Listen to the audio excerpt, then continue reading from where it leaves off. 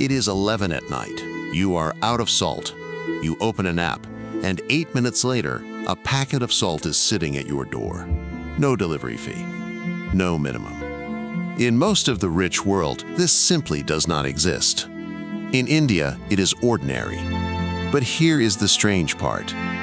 Moving that salt across the city, through traffic, in this heat, costs real money. Someone paid it. It just was not you. So who did? Hold on to that question. By the end, this receipt is going to look very different. This is quick commerce, groceries, medicine, a charger, a forgotten gift, at your door in about 10 minutes. India built it in roughly 5 years, from almost nothing into a 64,000 crore business, run out of thousands of tiny neighborhood warehouses called dark stores, tucked between your buildings so a rider is never far. It feels like magic, and magic is exactly the right word. Because a magic trick is built to hide how it works. So let us slow it down and watch the hands. Start with the price. For years, that 10-minute order did not actually make money. It cost more to bring you the salt than the salt earned. Delivering a single order can run somewhere around 40 to 50 rupees before a single paisa of profit.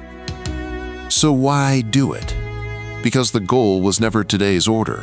It was to make instant delivery a habit, capture the city, and find the profit later. That gap between what it costs and what you pay was filled by investors. India's 3 biggest quick commerce companies have together lost more than $1 billion in just a few years, quietly paying down the difference on your behalf. You were not the customer being charged. You were the habit being bought. Now the part you see every single day. And look straight past. The rider. He is the one who turns a promise on a screen into a real packet at a real door. 10 to 14 hours on the road, often in heat that can be genuinely dangerous, paid mostly by the trip. When petrol went up by around 3 rupees a liter, that rise did not land on your bill. It landed on his fuel, his bike, his time. At the end of 2025, tens of thousands of delivery workers across India did one simple thing.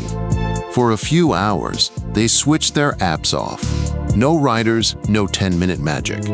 Their asks were modest, a fairer rate, some cover for the risk. And for those few hours, the magic stopped, because the magic was always them. There is also a cost the whole city quietly shares. Stand at a busy signal and just count 5, 10, sometimes more delivery bikes, threaded between the cars, all racing the same clock that never stops. Watch the gate of a large apartment tower in the evening, a steady stream of riders in and out and in again. The speed you feel is convenience, the road feels as pressure. That does not show up on your bill either. Then, there is the shop you grew up with, the corner kirana. India has something like 13 to 15 million of them. As dark stores moved in, rents on their streets climbed and footfall fell. And by some counts, around 200,000 small shops closed in a single year. But here the story refuses to stay simple. Many kiranas did not only lose, some became the dark store. A growing share of these very orders now runs through neighborhood shops themselves. There is no clean villain in this story. There rarely is. And now the quietest cost of all, the one inside your own head. Speed does not just deliver what you wanted, it changes what you want. We used to make a list once a week and shop to it. Now we feel and we react. A craving at 11, a snack at 4, a thing you would have forgotten by morning, all of it now, just 10 minutes away. Around 3 in 4 quick commerce users say they are buying things they never planned to. So you pay here too, not on a delivery line, in a cart that is a little fuller, a little more often than the one you actually meant to fill. And here is the part that is only just beginning. That subsidy, the billions covering the gap, was never meant to last forever. The companies have to make money eventually. So gently, the free is being taken back. The deep discounts are thinning. A handling fee here, a small platform fee there, a 20 rupee charge when your cart is too light, a little extra when it rains.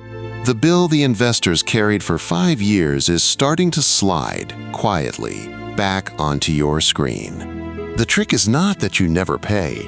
It is that you pay last, and you pay once the habit is already yours.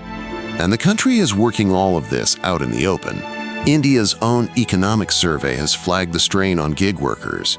Tens of crores of informal workers have been registered on a national welfare platform. New labor codes are being written around exactly these kinds of jobs. None of it is settled. It is being argued honestly by people who all want the same city to keep working. That argument is part of the price too. So come back to that receipt. The one that read free, it was never free.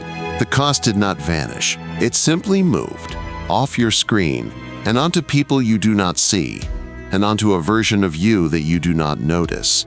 The investor betting billions on your habit, the writer absorbing the heat and the fuel, the shop on the corner, the road outside your window, and, slowly, you, in a fuller cart and a creeping fee.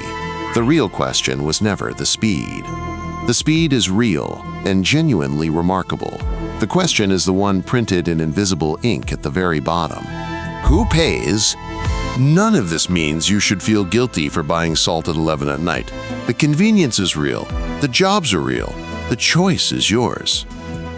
But now you have seen the whole receipt, not just the top half. So here is an honest question, and we genuinely do not think there is one correct answer.